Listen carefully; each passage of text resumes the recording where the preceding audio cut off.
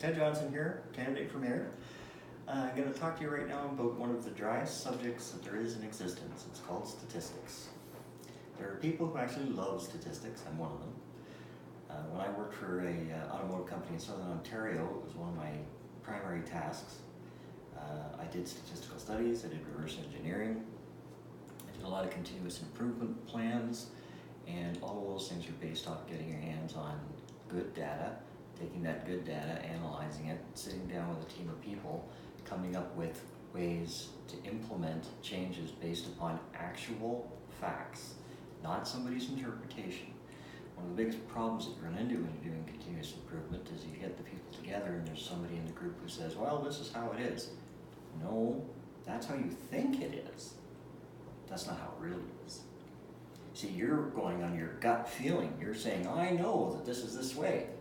And it's not that way. The data says it's not that way. We're looking at the data and it's not supporting it. Well, I can tell you it is.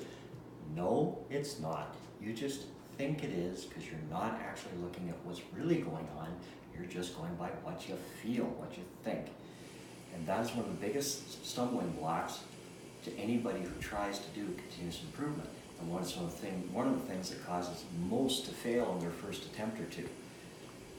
The numbers are not very encouraging for those who try it on their own. Statistically, 7 out of 10 times, first-time team members fail to find any significant savings. Their second time round, it's hardly any different. But if you have somebody there who does know continuous improvement, does know statistics, does know the methodology, and can facilitate how the other people interact and what they do and how they look at things, the chances for success go from a 70% failure rate down to a 25% failure rate. And the second time you do it, it drops to a 10% failure rate. So if I get in as mayor, one of the key things I'm going to have to do is I'm going to have to impart my knowledge of statistics and my knowledge of continuous improvement onto all the various departments that exist under the city's direction. Transit needs to have its own set. The emergency services all need to have their own set. The PUC needs to develop its own continuous improvement plan. I will help them all do that. I will help to show them how it has to be done, what has to be done. I can take them through the steps. I can even be there for some of their meetings to make sure that they're going down the right road. I can come back later and look at where they are and what they've done and tell them what they've done wrong, where they are going wrong, and how they can do this a little better. Their first time through, there will be a lot of stumbles. Their second time through will be much smoother.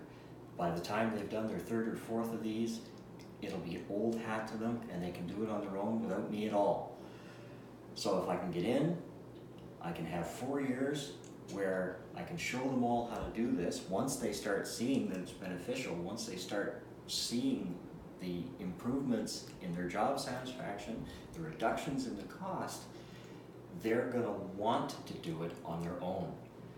The key thing is to get it started in the first place.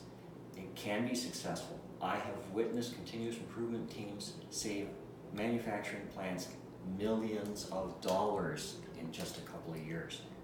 It's one of the things that we need to do here to help take the burden off the taxpayer. If you save $1 million, that's $1 million you don't have to tax. That's how to do it. Don't raise taxes unless you have to raise taxes. There's other ways to go about finding money, but you gotta have the right things in place, the right tools, the right people. In my opinion, City Hall already has a lot of the right people in their staff. It just doesn't have its right people in mayor and council. Have a good day.